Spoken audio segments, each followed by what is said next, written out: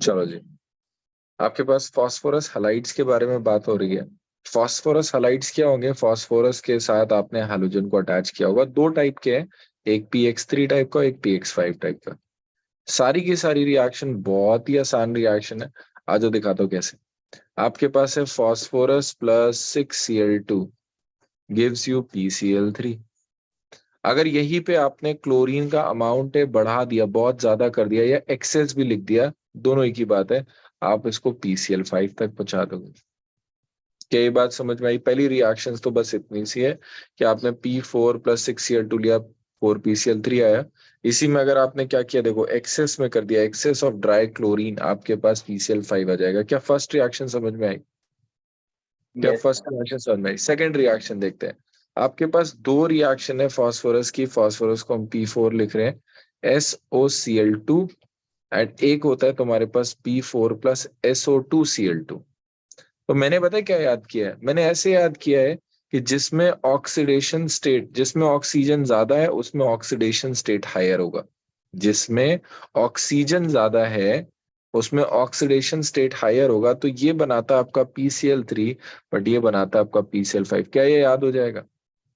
देखा, यहाँ पर ज्यादा ऑक्सीजन है तो ज्यादा ऑक्सीडेशन होगा, ज्यादा ऑक्सीडेशन स्टेट होगा तो +5 में।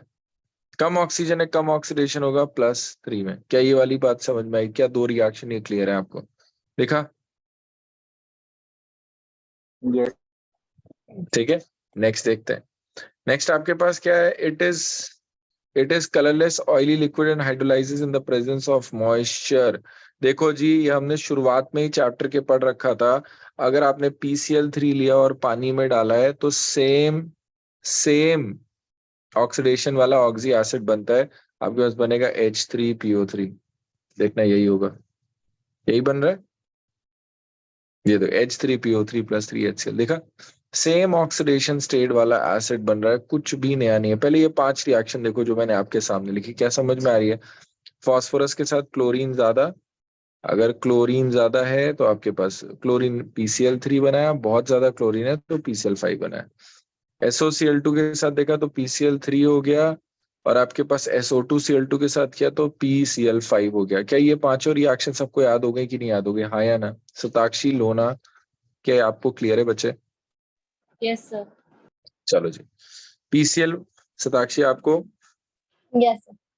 चलो जी, PCl3 + H2O। अगेन मैं आपको क्या बता रहा हूँ कि आपने याद रखना है, सेम ऑक्सीडेशन स्टेट वाला oxy acid, same oxidation state वाला ऑक्सी एसिड। ठीक है, ये दोनों रिएक्शन के बारे में बात करते हैं। ऑर्गेनिक की फेमस रिएक्शंस में से एक है आपके पास जो फास्फोरस हैलाइड है।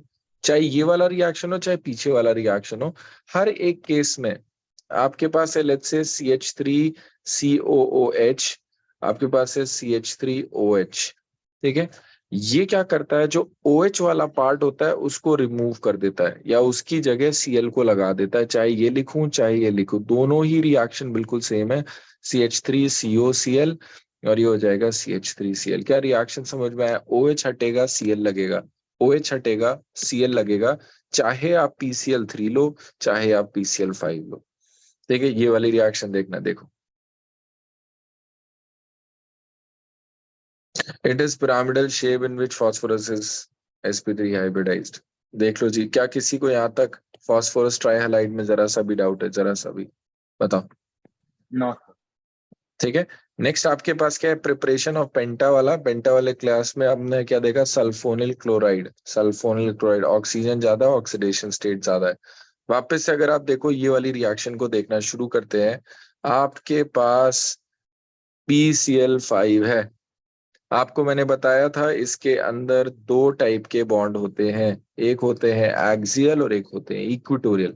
अगर आप PCl5 को थोड़ा सा भी हीट करोगे तो ये PCl3 + Cl2 में ब्रेक कर जाएगा। क्यों कर जाएगा? आपको ये बताया गया था कि ये वाले जो बॉन्ड्स होते हैं जिनको हम एक्सियल बॉन्ड्स बोलते हैं, ये एक्सियल बॉन्ड्स वीक होते हैं।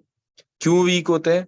क्योंकि इन पे रिपल्शन लग रहा होता है। किसका रिपल्शन लग रहा होता है? ये जो आपके पास बॉन्ड है, जो इक्वेटोरियल बॉन्ड है, ये इसको ऐसे धक्का देते हैं। अगर धक्का देंगे तो ये वाला बॉन्ड खिंचता है और वीक हो जाता है। ठीक है, तो ये अपने आप ही जैसे हीट करोगे तो इसमें टूट जाता है। प्लस इसकी रिएक्शंस भी कुछ इसी तरीके से होती है कि PCl5 प्लस H2O किया तो यहाँ से 2 क्लोरीन हट गए, आपके पास हो गया POCl3।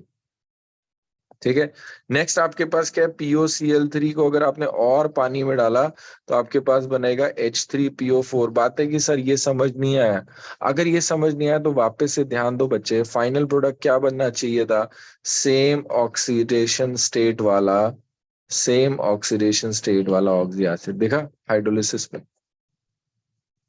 क्या ये वाली बात समझ में आई? 2 स्टेप में हो रहा है, 2 स्टेप में हाइड्रोलिसिस हो रहा है, पर बनेगा क्या, H3PO4 ही। एक बार यहां तक देख लो, किसी को भी डाउट हो इस वाले पेज में प्लीज रीड करो।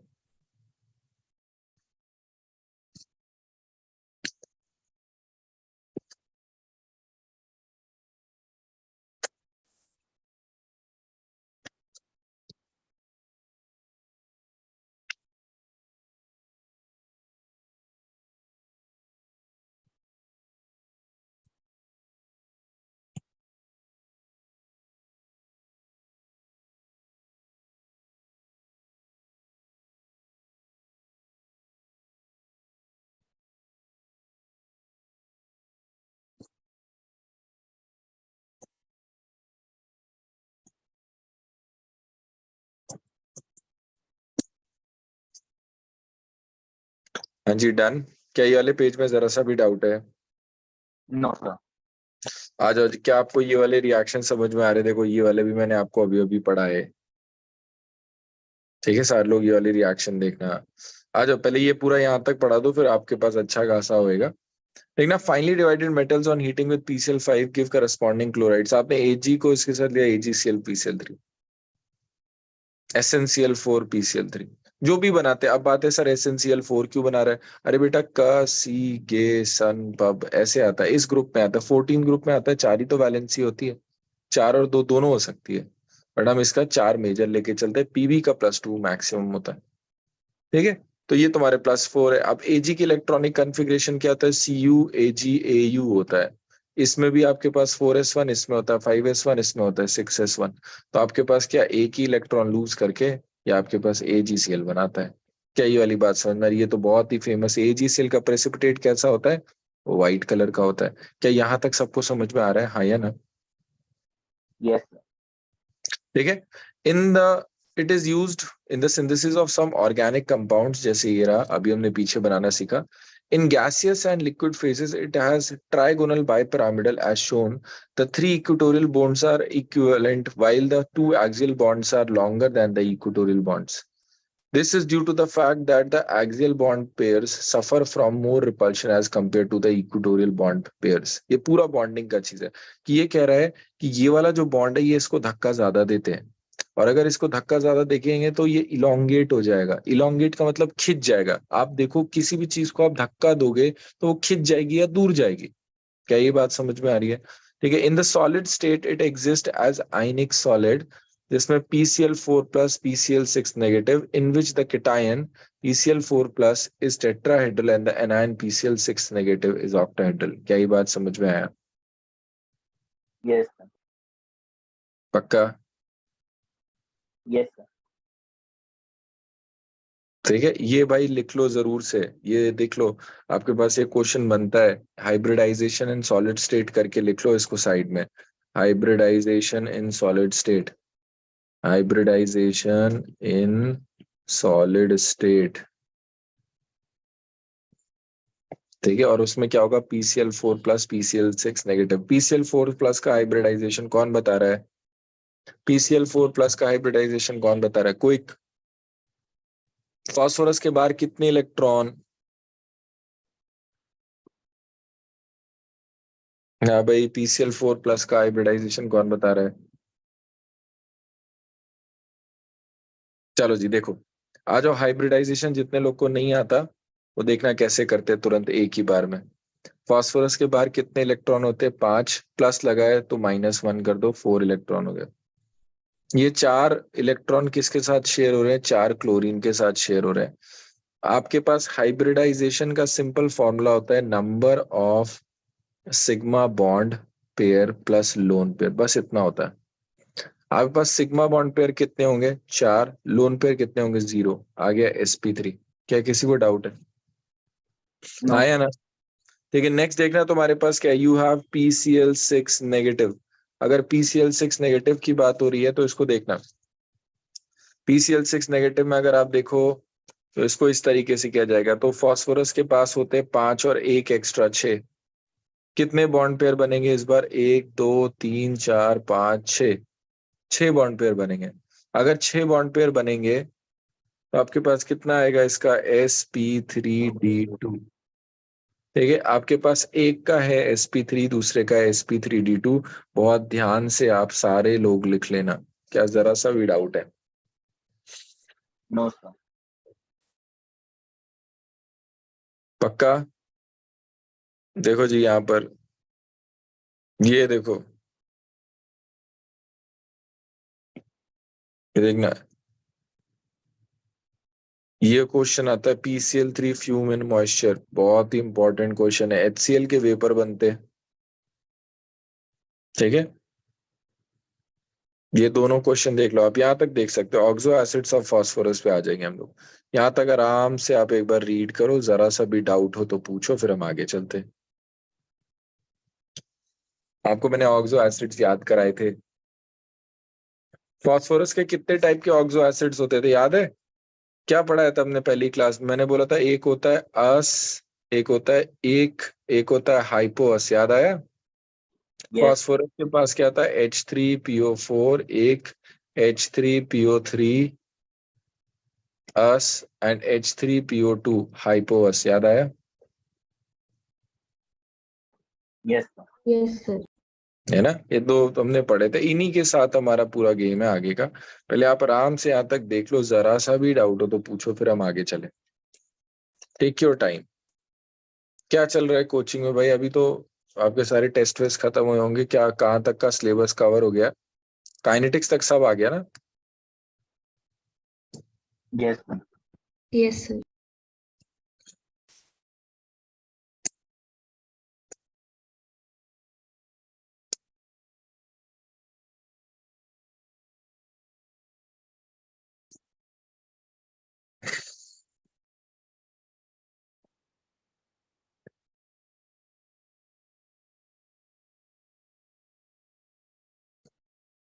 किसी को डाउट हो भाई यहाँ तक?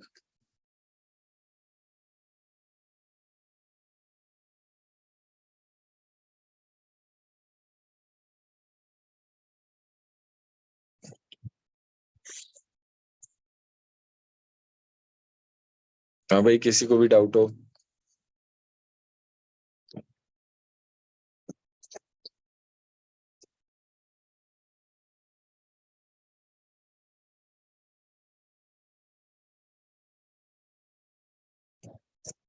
No, sir. चलो जी, ठीक है। आज ऑक्सो एसिड्स के बारे में बात करते हैं। सारे लोग यहाँ पर देख लो पहले तो। ये वाला प्रिपरेशन तो थोड़ा मुश्किल है, याद रखना। इस पे क्वेश्चंस भी नहीं देखे। आप करना चाहो तो कर सकते हो, इसमें कोई प्रॉब्लम नहीं है। अभी तक कम आए क्वेश्चन बहुत, मतलब जेई में जरूर से इक्का दुक्का कभी दिखा है, बट ये वाले क्वेश्चन से, बट ऐसा कुछ भी नहीं कि आ नहीं सकता, आप देख सकते हो इनको। ठीक है, पर ये मैं तुम्हें पढ़ा देता हूँ, ये तो बहुत ही आसान है। H3PO2 जो मैंने आपको बताया था, हाइपोफॉस्फोरस, देखा? इसका एक और नाम होता है फॉस्फेनिक एसिड। मैंने जिनको रिडॉक्स पढ़ाया था, रिडॉक्स में मैंने ये बताया था। इसको बोलते हैं ऑर्थोफॉस्फोरस या फॉस्फोनिक एसिड।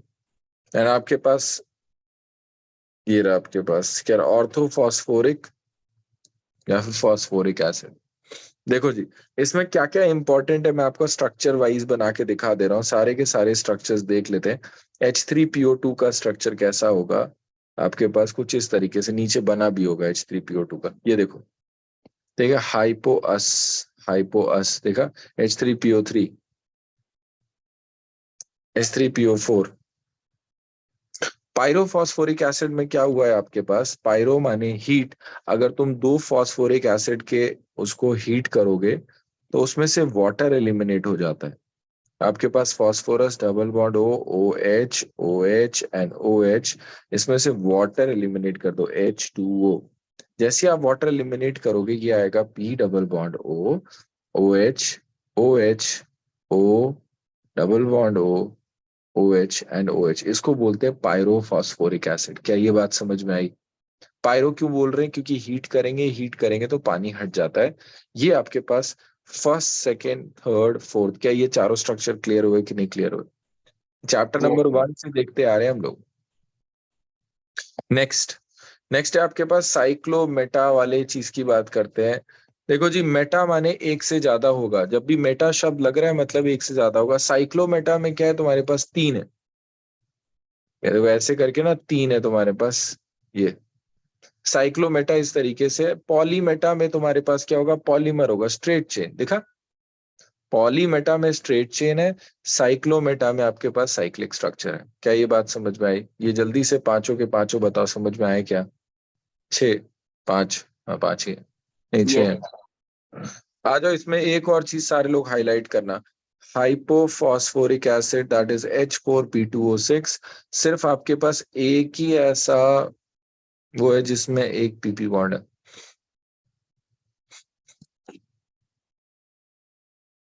देखा आपको? 1 पीपी बॉन्ड। जल्दी बताओ। yes, Yes, sir. sir. ठीक है, Yes. इसका स्ट्रक्चर देखना। इसका स्ट्रक्चर बच्चे अकेला है ये, इसमें और किसी के पास ऐसा नहीं है। तो आपने इसको बहुत स्पेसिफिकली याद रखना है। देखो जी, तुम्हारे पास क्या है? तुम्हारा, एक मिनट, एक और OH है, एक और OH है। देखा, ये आया आपका H4P2O6। देखा, पहले यहां तक सारे लोग इन सब का स्ट्रक्चर तुम देखो। ये क्लियर है, ये क्लियर है, ये क्लियर है, ये अब तो क्लियर हो गया, ये भी क्लियर है। पायरोफॉस्फोरिक वाला, ये वाला भी क्लियर है। ठीक है, पायरोफॉस्फोरस एसिड है, पायरोफॉस्फोरिक एसिड है, एंड देन मेटाफॉस्फोरिक एसिड है। क्लियर है? ये इनके स्ट्रक्चर बताने का तरीका है कि भाई ये होना चाहिए। ये वाला पेज सारे लोग देखना।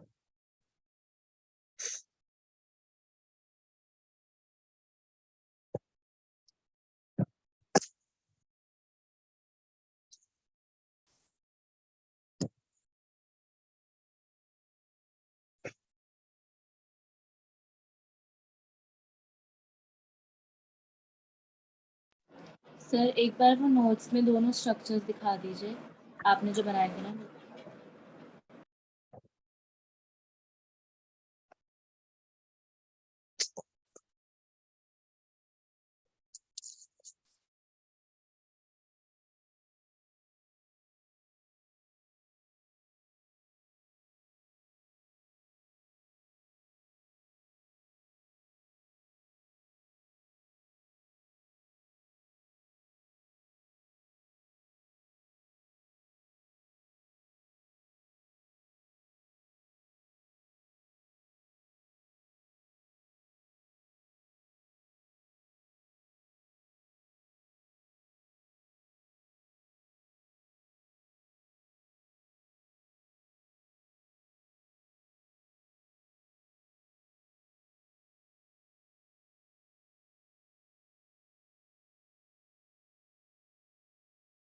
Done sir. डन। हाँ भाई, किसी को भी इस पेज में जरा सा भी डाउट है देख लेना, बहुत ध्यान से पढ़ना। Sir, done. ठीक है, आ जाओ जी, इस वाले पेज पे चलते हैं। एक तो इसको लिख लो भाई आप। ये शायद आपको ना मिले बट ये बहुत पूछे जाने वाला क्वेश्चन है। This is strength of oxy acid, कि इनमें से कौन सा वाला एसिड सबसे अच्छा होगा। तो H3PO3 सबसे अच्छा है, फिर H3PO2, फिर H3PO4। इसका रीजन अगर आप देखना चाहोगे तो बहुत ही ज्यादा टिपिकल हो जाएगा, तो हम इसको याद नहीं रखेंगे क्योंकि एनसीईआरटी में ऐसा कुछ नहीं दिया है। ठीक है, बट अगर कहीं इधर उधर के चैप्टर में कभी पूछ लिया जाए तो पूछ लिया जाए, तो ऑर्डर ये जाएगा जो कि बहुत अलग है। आपका जो एसिडिक एसिडिक नेचर होता है वो ऑक्सीडेशन स्टेट पे डिपेंड करता है डायरेक्टली। अगर आपको याद रखना हो तो ये जो मैं बता रहा हूँ वो याद रख सकते हो। एसिडिक नेचर किसी भी चीज का ऑक्सीडेशन स्टेट पे है। तो जितना ज्यादा ऑक्सीडेशन स्टेट होगा उतनी जल्दी एसिडिक कैरेक्टर है, बट यहाँ पर लीस्ट हो जाता है। देखा, तो ये यहाँ पे थोड़ा सा लॉजिक फेल हो जाता है। इसके बहुत सारे रीजंस हैं, वो हम नहीं डिस्कस कर सकते। किसी को पूछना है तो वो डाउट में पूछ सकता है मुझसे, बट ये डिस्कस करने के बियॉन्ड है। ठीक है, आपने ये लिखना है और एनसीईआरटी में नहीं है तो पूछा जाने वाला चांस वैसे कम है, बट किसी और कोचिंग के मटेरियल में पूछा जा सकता है। ठीक है, in oxo acid phosphorus is tetrahedrally surrounded by other atoms. All these oxo acid contains at least PO bond and one POH bond. याद है ऑक्सो एसिड के लिए क्या बताया था, सेंट्रल एटम के ऊपर डबल बॉन्ड होना चाहिए और एक OH होना चाहिए कम से कम। ये है आपका ऑक्सो एसिड होने की criteria. The oxo acid in which phosphorus has lower oxidation state less than +5 contain in addition to PNOH either PP, देखो ये वाला एग्जांपल दिया है जो मैंने बताया था, और PH bonds but not both। ठीक है, these acids in +3 oxidation state tend to disproportionate to higher and lower oxidation states। ये बात समझना। These acids in +3 oxidation state of phosphorus tends to disproportionate। आपने पीछे एक लाइन पढ़ी होगी कहीं पे यहाँ पर, उसमें हमने जब नाइट्रोजन की रिएक्शन थी तब हमने ये पढ़ा था।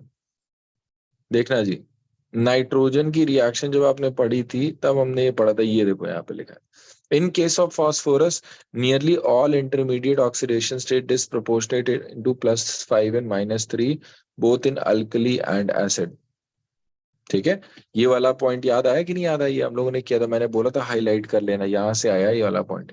अब वही reaction tend exactly same reaction है जो आप पहले पढ़ रहे थे।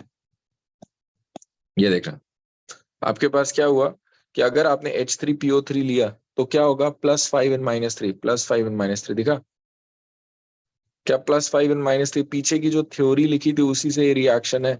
एक बार देख लो यहां तक। Yes, sir.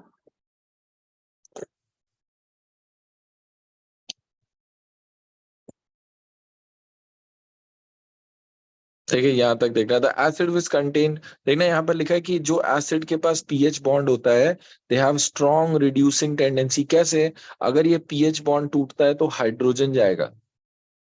ठीक है, अगर पीएच बॉन्ड टूटता है तो हाइड्रोजन जाके किसी से जुड़ जाएगा, and addition of hydrogen is reduction बच्चों। ठीक है, the acids which contain PH bond have strong reducing properties. This hypophosphorus acid is a good reducing agent as it contains two pH bond and it reduces, for example, AgNO3 to metallic silver। अब sir कैसे पता चलेगा, अरे बेटा बस इसका reduction होना है H3PO3। आपने यही याद रखना है कि अगर पीएच बॉन्ड होंगे तो रिडक्शन होने का चांस होता है। आपने रिडक्शन करा के हाइड्रोजन को ये बना दिया। एक बार ये देखना, क्या जरा सा भी कोई डाउट है?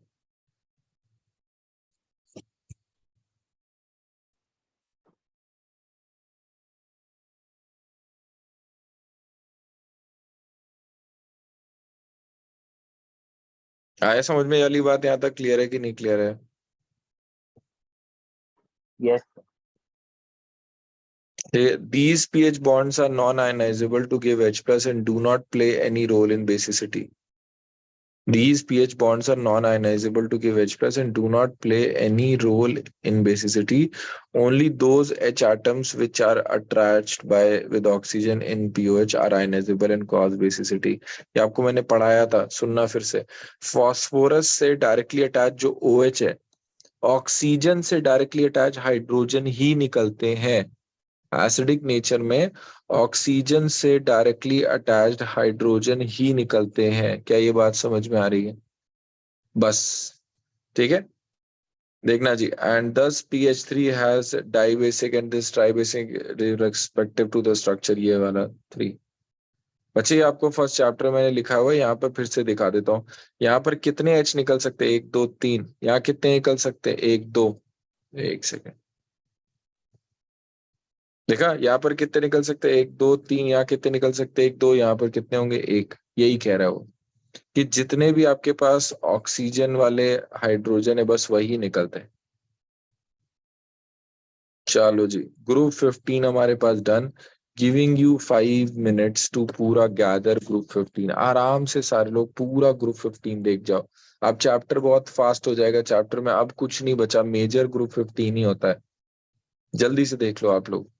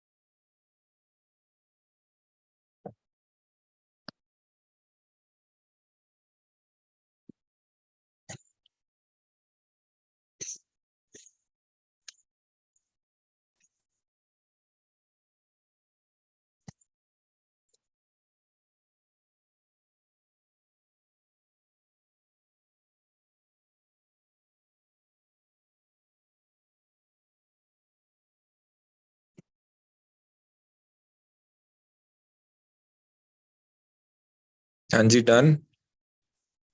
आराम से, अगर आपको और टाइम लेना तो आप और टाइम भी लिख सकते हो। ग्रुप 15 हमारा कंप्लीट हो गया इसके बाद।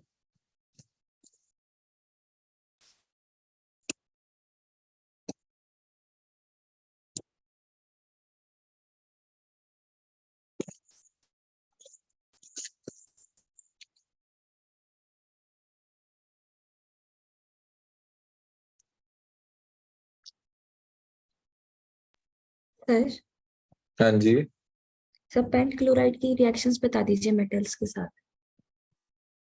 किसकी? पेंट क्लोराइड की। अच्छा, पेंट क्लोराइड की, ये वाली, ये इसका Ag के साथ और Sn के साथ। Yes sir. Okay, okay.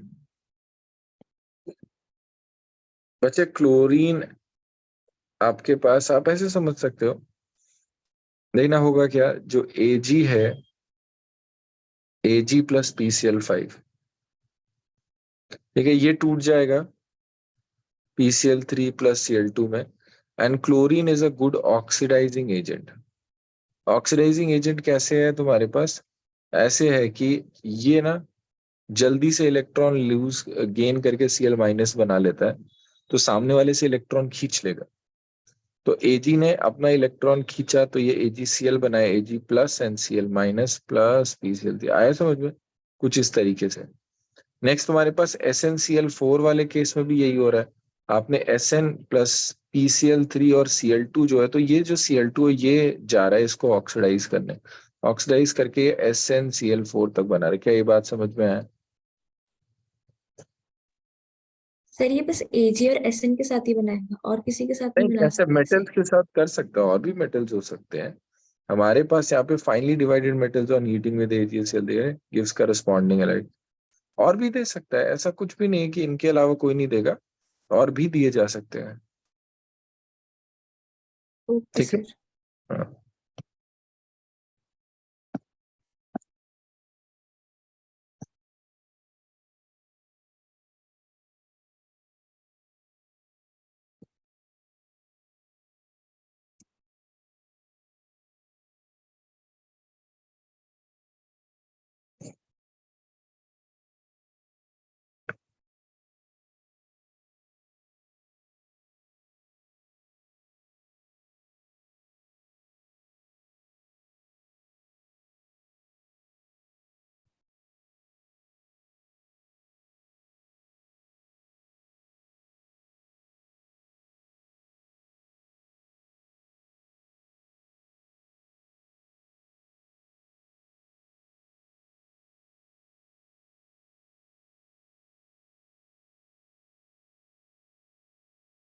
Done, शुरू करें आगे।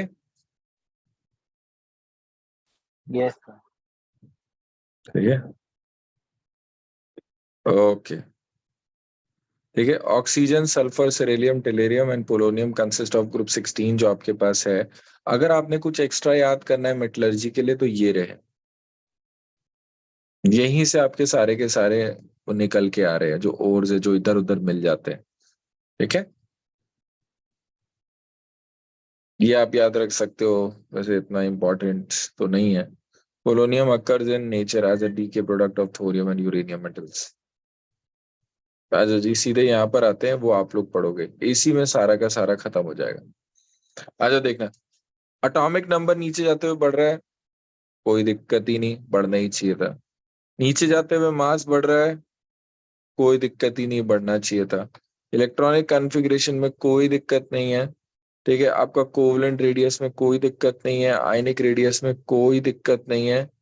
ठीक, इलेक्ट्रॉन गेन एंथैल्पी पहला क्वेश्चन, ये आपको चैप्टर 3 में पढ़ाया जाता है, बट यहाँ से ज्यादा अच्छा क्वेश्चन बनता है। आप एक चीज नोटिस करो, ऑक्सीजन का इलेक्ट्रॉन गेन एंथैल्पी सबसे कम है पूरे पीरियड में। रीजन समझ लेते हैं जितने लोगों को नहीं पता। एक चीज देखना आप, इलेक्ट्रॉन गेन एंथैल्पी का मतलब क्या होता है। आपके पास ये एक एटम है, इस एटम के अंदर इलेक्ट्रॉन ऐड कराते वक्त, इस एटम के अंदर इलेक्ट्रॉन ऐड कराते वक्त जितना एनर्जी रिलीज या गेन होता है, क्या बोला मैंने कि इस इलेक्ट्रॉन को इसके अंदर ऐड कराते वक्त जितना एनर्जी रिलीज या गेन होता है उसको बोलते हैं इलेक्ट्रॉन गेन एंथैल्पी। ठीक है, डेल्टा ईजीएच, कि कितना एनर्जी इसको डालने में या इसको निकालने में क्या, इसको डालते हुए या तो एनर्जी एब्जॉर्ब होगी या तो लूज होगी। ये तो उसी बात करें, बस प्रोसेस है कि इलेक्ट्रॉन ऐड कराने पे क्या हो रहा है उसको इलेक्ट्रॉन गेन एंथैल्पी बोल रहे हैं। आपके पास ऑक्सीजन का जो साइज है वो छोटा है। छोटा साइज कैसे है? ऑक्सीजन के पास सिर्फ 2 ही शेल है। ऑक्सीजन के पास सिर्फ 2 शेल है, तो ये जो इलेक्ट्रॉन आप ऐड करा रहे हो ना, ये इलेक्ट्रॉन आपस वाले इलेक्ट्रॉन्स में रिपल्शन बहुत करता है। और अगर रिपल्शन बहुत करता है तो ये इतना ज्यादा स्टेबल नहीं हो पाता। अगर आपका एनर्जी जो रिलीज हो रहा है वो काफी ज्यादा था तो वो रिपल्शन की वजह से कम हो जाता है। क्या रीजन समझ में आ रहा है कि ऑक्सीजन के साथ ऐसा क्यों हो रहा है? ऑक्सीजन का साइज छोटा होने की वजह से जो भी इलेक्ट्रॉन ऑक्सीजन के अंदर जा रहा है वो रिपल्शन बहुत ज्यादा शो कर रहा है। और अगर वो रिपल्शन बहुत ज्यादा शो कर रहा है तो फिर आप समझ ही सकते हो।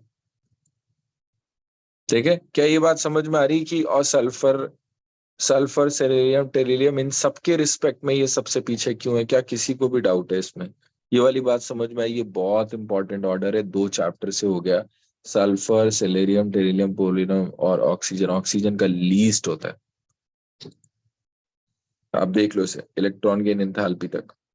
आयनाइजेशन एंथैल्पी, जैसे जैसे आप नीचे जाते हुए जाओगे साइज बड़ा होगा, इलेक्ट्रॉन निकालना आसान होता जाएगा।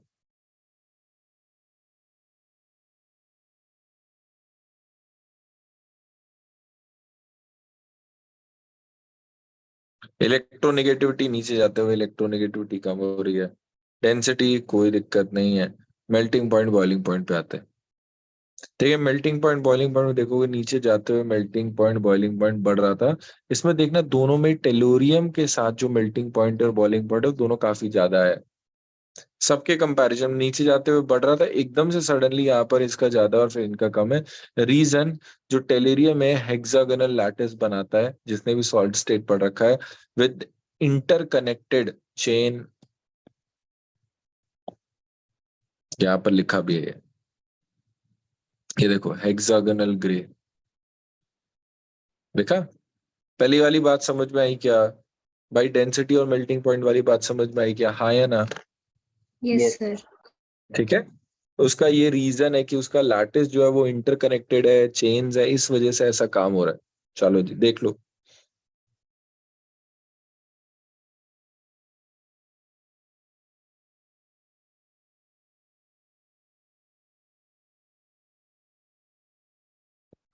आप लोग यहाँ तक रीड करके देख सकते हो, पूरा ये वाला पेज यहाँ तक देखना, अकरेंस से लेके यहाँ तक।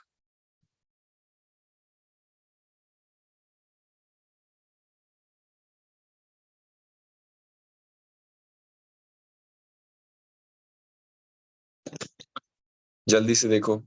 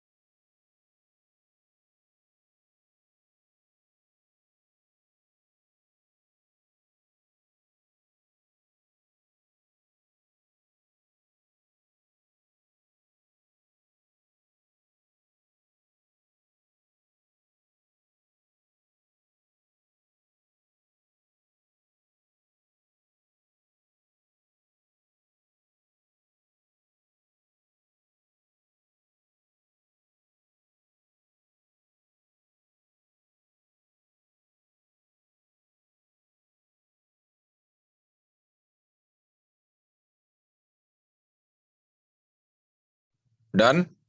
रीड किया आप लोगों ने यहाँ तक? वही चीजें Yes. जो हम लोगों ने डिस्कस किया है, एग्जैक्टली वही जो हम डिस्कस कर रहे थे, वही सब कुछ इन वर्ड्स लिखा हुआ है।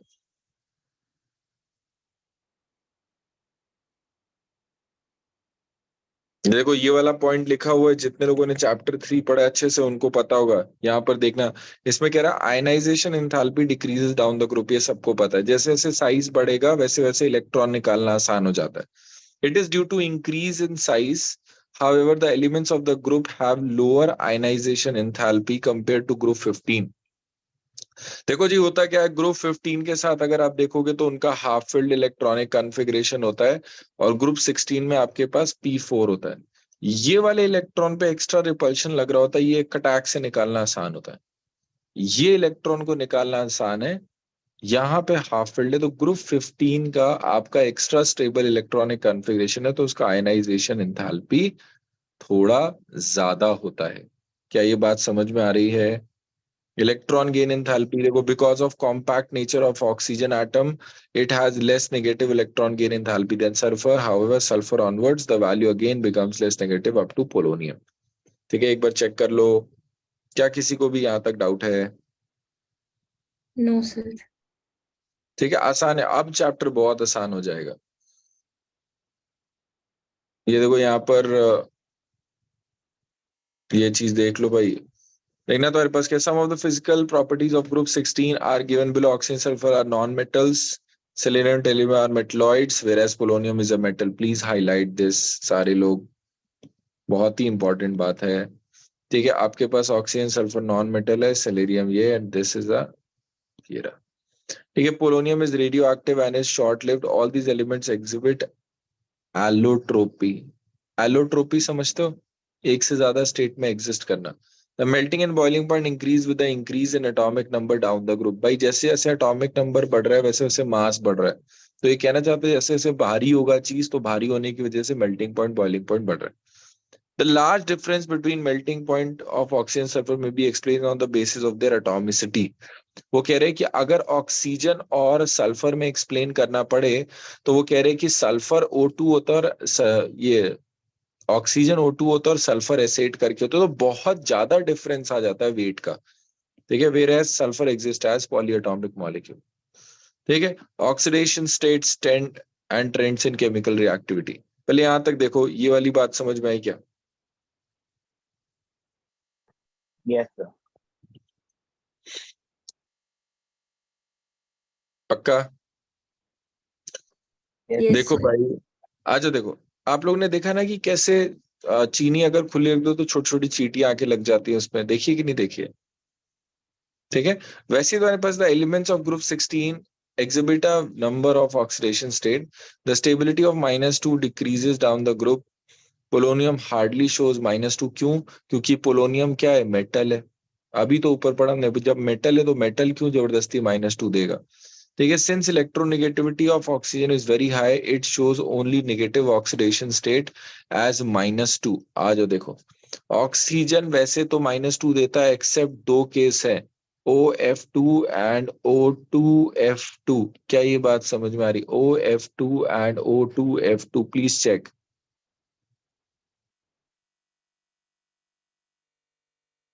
क्या देखा सबको, ऑक्सीजन +1 में और +2 में? देख लो जी, OF2 और O2F2 देखो लिखा है, the stability of decreases down the group since electronegativity of oxygen is very high, it shows only negative oxygen state -2 except in the case of OF2 where the oxidation state is +2। other elements of the group exhibit +2 +4 +6। आ जाओ इसको समझते हैं। पहले यहां तक बताओ, क्या समझ में आ रहा है कि नहीं आ रहा है? अब तो मुझे लगता है सो जाओगे ऐसे। Sir, आ आ रहा रहे है हैं। सर। आ गया? आ जाओ देखना, तुम्हारे पास इलेक्ट्रॉनिक कॉन्फ़िगरेशन के हिसाब से एक बार वो देखते हैं। आपका NS2NP4 ये इलेक्ट्रॉनिक कॉन्फ़िगरेशन होता है, 2 1 2 3 4। अगर ये दोनों इलेक्ट्रॉन को लूज कर दिया जाए तो +2 आ जाएगा, देखा? अगर आपने इस एक इलेक्ट्रॉन को एक्साइट कर दिया उधर आगे की तरफ, 1 2 3, ये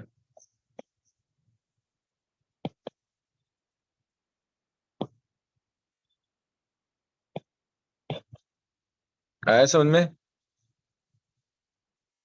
और उसके बाद देखना अगर Yes, आपने sir. इसको और फर्दर एक्साइट कर दिया तो ये क्या हो जाता है, आपको एक्साइटेशन वाली बात पता होगी भाई, इलेक्ट्रॉन को आगे एक्साइट किया जा सकता है। ठीक है, इलेक्ट्रॉन अपने ही शेल में आगे कूद सकता है। ये देखो +6 दिखा कि नहीं दिखा। इस तरीके से बाकी सारे +2 +4 या +6 दिखाते हैं। ठीक है, -2 कैसे होगा कि -2 में तो ये होगा कि ये दोनों इलेक्ट्रॉन इसने ले लिए, -2 हो गया। क्या +2 +4 +6 वाली बात समझ में आई कि भाई अगर इसने 2 इलेक्ट्रॉन लूज किए तो +2, 4 किए तो +4, 6 किए तो +6, बट +4 से +6 आर मोर स्टेबल कॉमन। ठीक है, sulphur selected usually show +4 oxidation state in the compounds with oxygen and fluorine. आ जाओ जी वापस से समझते हैं। बेटा जब भी हाई ऑक्सीडेशन स्टेट्स आते हैं तो आप अपने एग्जाम्पल से ही देख सकते हो कि वो किसके साथ पॉसिबल होंगे, वो ऑक्सीजन एंड फ्लोरीन के साथ ही है। क्यों, डीएनएफ में भी पढ़ेंगे समझना।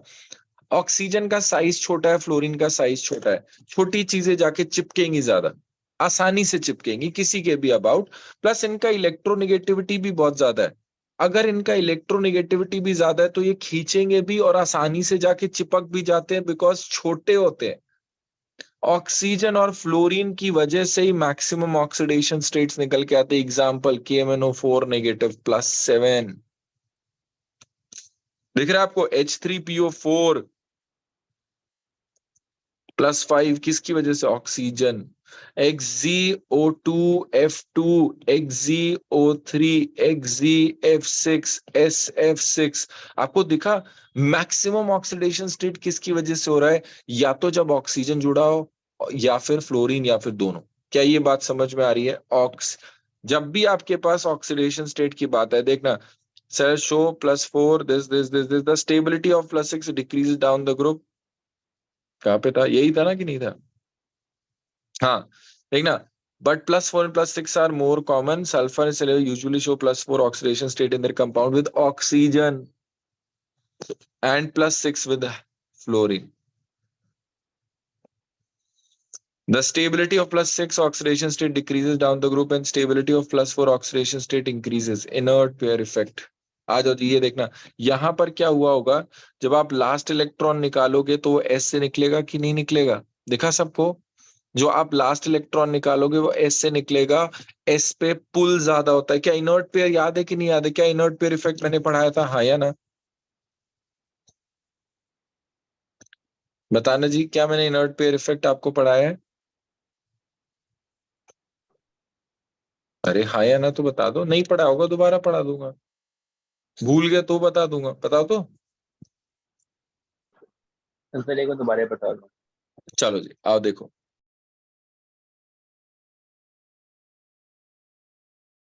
ठीक है, इनर्ट पेयर इफेक्ट क्या होता है देखना सर। इनर्ट पेयर इफेक्ट, जैसे जैसे आप नीचे जाते हो, ठीक है, आपका जो शील्डिंग होता है वो पुअर होता जाता है। क्या ये बात सही है कि नहीं है, शील्डिंग गेट्स पुअर। क्या ये बात तो सबको क्लियर है ना, शील्डिंग पुअर होता जाता है। क्यों, यस सर। जो शील्डिंग होता है, शील्डिंग होता क्या है पहले ये देख लो, छोटी सी बात। आपके पास ये एटम है, ये इलेक्ट्रॉन है बाहर, ये अंदर के इलेक्ट्रॉन है। ठीक है, ये इलेक्ट्रॉन इसको धक्का दे रहे हैं, ये इसको धक्का दे रहे हैं। ये जो अंदर का रिपल्शन है इसको बोलते हैं शील्डिंग। सबसे ज्यादा शील्डिंग कौन करता है, S, फिर आता है P, फिर होता है D, फिर होता है F। मतलब S के थ्रू न्यूक्लियर पुल बाहर नहीं जा सकता। कुछ नहीं आया ये वाली बात, आ जाओ ये बात समझो। क्या ये बात समझ में आया कि नहीं आया, शील्डिंग समझ में आया, अंदर के इलेक्ट्रॉन्स का रिपल्शन। क्या शील्डिंग समझ में आ रहा है, अंदर के इलेक्ट्रॉन के रिपल्शन को हम क्या बोलते हैं, शील्डिंग इफेक्ट बोलते हैं। आपको याद रखना है कि D और F से न्यूक्लियर पुल नहीं संभलता, मतलब D और F ना इसके थ्रू पास कर जाते हैं। अरे न्यूक्लियर पुल D और F के थ्रू पास कर जाता है, तो बाहर वाले इलेक्ट्रॉन पे न्यूक्लियर पुल बढ़ जाता है। क्यों, अगर आप देखना सारे लोग, यहां पर बहुत सारे प्रोटॉन्स है और इनको कोई रोकने वाला नहीं। अगर कोई रोकने वाला नहीं है तो सीधे के सीधे इस इलेक्ट्रॉन को पकड़ लेंगे कि नहीं पकड़ लेंगे। और यस आसान सर। बता दो, अगर आपको लग रहा है कि नहीं आ रहा समझ में, तो मैं बस इतना कहना चाहता हूँ बच्चे कि ये आपके पास न्यूक्लियस है, ये आपके पास न्यूक्लियस है, देखा, ये आपके पास न्यूक्लियस है। न्यूक्लियस से सबसे पास में कौन सा शेल होता है? ये न्यूक्लियस है, सबसे पास में एस होता है। तो एस के अंदर जितने भी इलेक्ट्रॉन होंगे उन पे अट्रैक्शन काफी ज्यादा होगा। क्या ये बात समझ में आ रही है मैं क्या कहना चाह रहा हूँ? अगर आपका इलेक्ट्रॉन एस सब शेल में है तो उस पे अट्रैक्शन बहुत ज्यादा होगा। अगर अट्रैक्शन बहुत ज्यादा होगा, आप इसको हिलाने की कोशिश करोगे, ये हिलेगा नहीं। अगर आप इसको हिलाने की कोशिश करोगे तो ये हिलेगा नहीं। क्या ये बात समझ में आ रही है?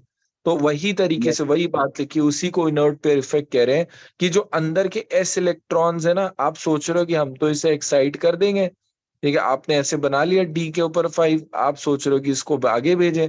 बच्चे ये वाले इलेक्ट्रॉन ना न्यूक्लियर पुल की वजह से ऐसे टाइट पैक हो गए, तो अब ये इलेक्ट्रॉन आगे नहीं जाएगा। ये वाले जो इलेक्ट्रॉन्स है इनर शेल, ठीक है, S electrons do not participate in bonding. क्या ये बात समझ में आई? बॉन्डिंग के जो अंदर वाले इलेक्ट्रॉन्स है वो पार्टिसिपेट नहीं करते, इसी को क्या बोलते हैं? Inert pair effect. कि अंदर वाले इलेक्ट्रॉन्स अब आपका पार्टिसिपेशन नहीं करेंगे।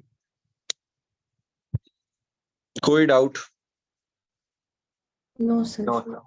ठीक है, क्या इनर्ट पेयर इफेक्ट समझ में आया? तो यही वाली चीज है आपके पास, ठीक है। Inert bonding is +4 plus oxygen is primarily covalent. चलो जी, अनॉमलस बिहेवियर ऑफ ऑक्सीजन के बारे में बात करते हैं। सारा का सारा वही चीज है। Anomalous behaviour of oxygen like other members of P block in second period due to small size, कि भाई ऑक्सीजन का साइज एक तो छोटा है। हाई इलेक्ट्रोनेगेटिविटी मतलब इलेक्ट्रॉन खींचता ज्यादा है, ठीक है। One typical example of this effects are is the presence of strong hydrogen bonding. वो कह रहा है कि इन्हीं सब वजहों से आपके पास जो H2O है उसमें H बॉन्डिंग होता है और H2S में नहीं होता। बिल्कुल सही बात है, ठीक है। अगर आप H2O में देखोगे तो H2O में केज लाइक स्ट्रक्चर होता है, ऐसे करके चीजें जुड़ी होती है। आई बात समझ में? ऐसे करके चीजें जुड़ी होती हैं, यस ठीक है। ये आपके पास ऐसे चीजें जुड़ी होती हैं। क्या यस कोई भी सर। डाउट है? ठीक है, तो हाइड्रोजन बॉन्डिंग का रीजन ही क्या है? Small size and high electronegativity. Small size and high electronegativity, ठीक है। ये आपके पास है। दूसरा क्या है? ऑक्सीजन के पास वेकेंट डी ऑर्बिटल नहीं है, तो वो 4 से ज्यादा बॉन्ड नहीं बना सकता। On the other hand, in the case of other elements, the valence shell can be expanded, covalence exceeds 4। वो कह रहे हैं अब सल्फर, ये देखो SF4 देखो, SF6 देखो, वो कह रहे हैं कि 4 या 4 से ज्यादा बॉन्ड बनाए जा सकते हैं, ठीक है। रिएक्टिविटी विद हाइड्रोजन, इसको देखेंगे। पहले यहां तक सारे लोग रिवाइज कर लो, रीड कर लो, फिर हम आगे चलते हैं।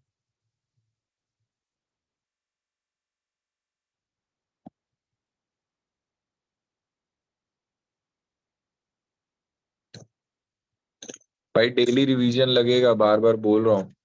जहां आपने रिवाइज करना अच्छे से छोड़ दिया, बस ये चैप्टर बर्बाद होने लगेगा। और यही आपने 1-2 हफ्ते अच्छे से रिवाइज कर लिया, आपका ये चैप्टर बिल्कुल आबाद हो जाएगा।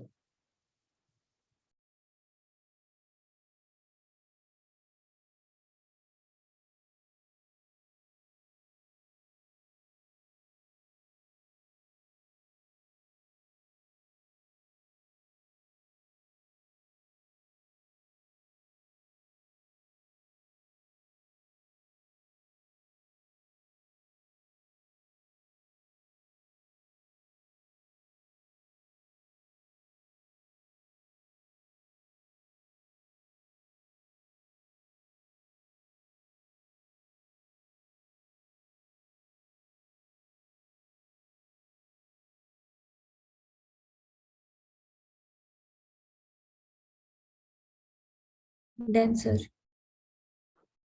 डन।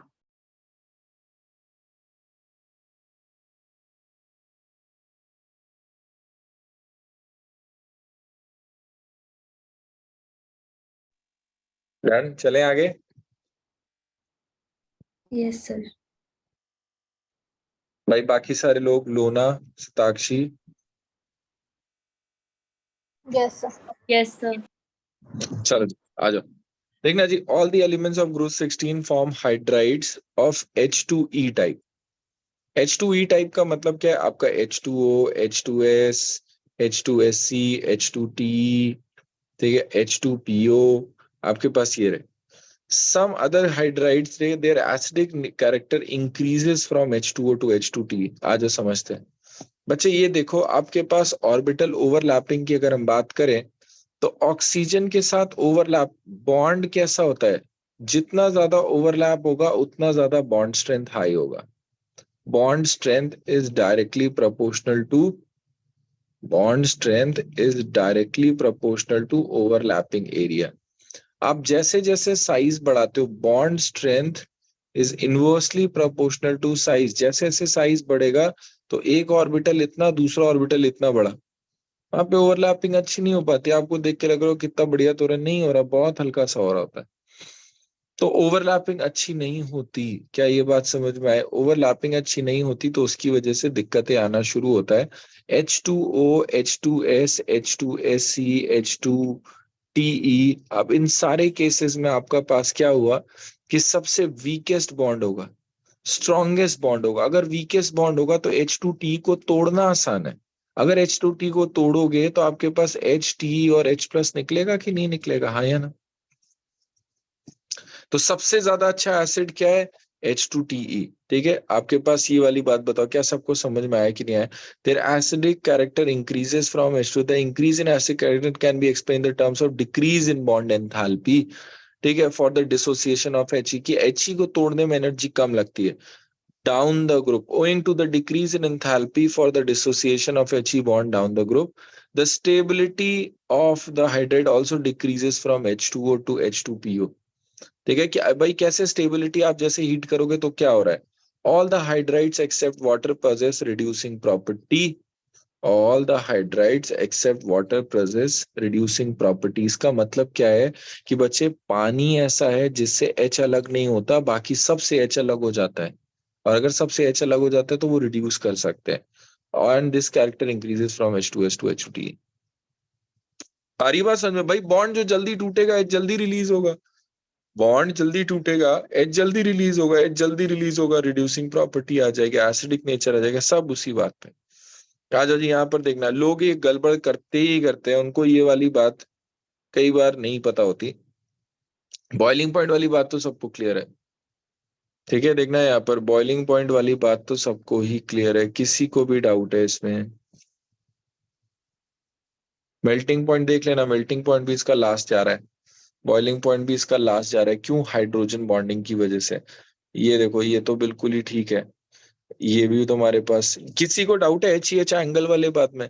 जैसे जैसे आपका पास सेंट्रल एटम का साइज बढ़ता जाता है, ठीक है, size of central atom is directly proportional, size of central atom is directly proportional to क्या? Bond angle.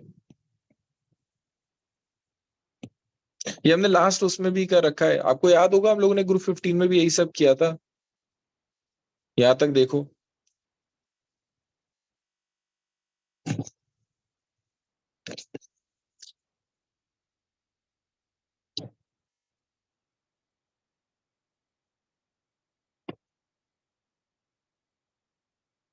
इससे साइज बढ़ेगा तो बॉन्ड एंगल कम नहीं होगा?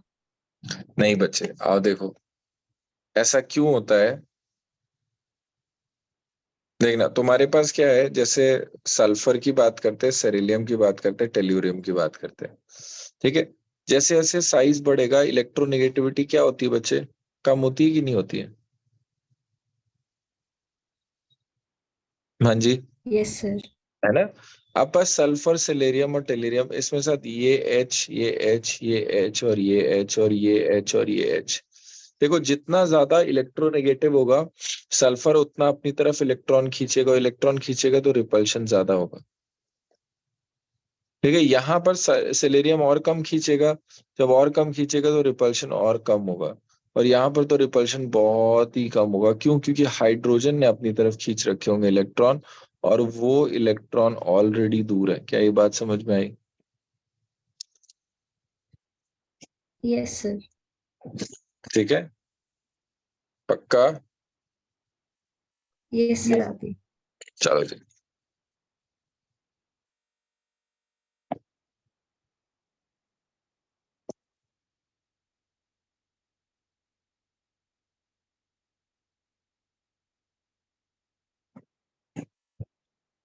आ जाओ जी, reactivity with oxygen, all these elements form EO2 and EO3 type. आपके पास ozone, sulphur, SO2, SO3, while selenium acid is solid, reducing property of dioxide decreases from SO2 to SC। ये वाली line को समझते हैं। पहले यहाँ तक एक एक लाइन समझना, एक एक लाइन, ठीक है, हर एक लाइन में क्वेश्चन छुपे हुए हैं। Reducing property of dioxide decreases from SO2 to TiO2। बच्चे SO2 टू TiO2 की बात कर रहा है और वो कह रहा है रिड्यूसिंग प्रॉपर्टी कम हो रहा है। बच्चे रिडक्शन का मतलब क्या होता है? अगर रिड्यूसिंग प्रॉपर्टी की बात करें तो खुद क्या होंगे? ऑक्सीडाइज होंगे कि नहीं होंगे? हाँ या ना, पहले ये बताओ। जो सामने वाले को रिड्यूस करेगा तो खुद ऑक्सीडाइज होगा। वो कह रहा है कि ये जो रिड्यूसिंग प्रॉपर्टी वो कम होने वाली है। बिल्कुल सही बात है। टेलेरियम +4 से आगे जाएगा ही नहीं, और सल्फर +6 तक जा सकता है। अगर सल्फर +6 तक जा सकता है, वो इजिली डोनेट करेगा या इजिली जो भी करना है उसको वो करेगा। हमारे पास क्या हो रहा है देखो, आया समझ में? Reducing property of dioxide decreases with SO2 to TiO2। Yes ठीक है, आपके पास SO2 is reducing while TiO2 is oxidising agent. क्यों? क्योंकि ये खुद रिड्यूस होगा। TiO2 की जगह +4 से क्या चला जाएगा? +2 चला जाएगा यार। अब बात है सर ऐसा क्यों हो रहा है? भाई नीचे इनर्ट पेयर इफेक्ट नीचे जा रहे हैं ना, उसका मन नहीं करेगा इतना ये सब कुछ डोनेट करने का, शेयर करने का। ठीक है, both the oxides are acidic in nature. यहां तक देख लो। आज के लिए मैं आपको यहीं पे छोड़ रहा हूं, यहां तक का होमवर्क रहेगा। ये वाली चीज से मैं वापस से डिस्कस करूंगा। ठीक है, आपके पास डाई ऑक्सीजन है। इस चैप्टर में मुश्किल से 2 से 3 क्लास और हमारा अच्छा खासा ये खत्म है पोर्शन। बस ग्रुप 17 आई है। किसी को डाउट है यहाँ तक? आराम से आप 5-10 मिनट ले सकते हो। आपको कुछ भी पूछना है तो आप पूछ सकते हो। ठीक है, लेकिन होमवर्क बस इतना ही रहेगा कि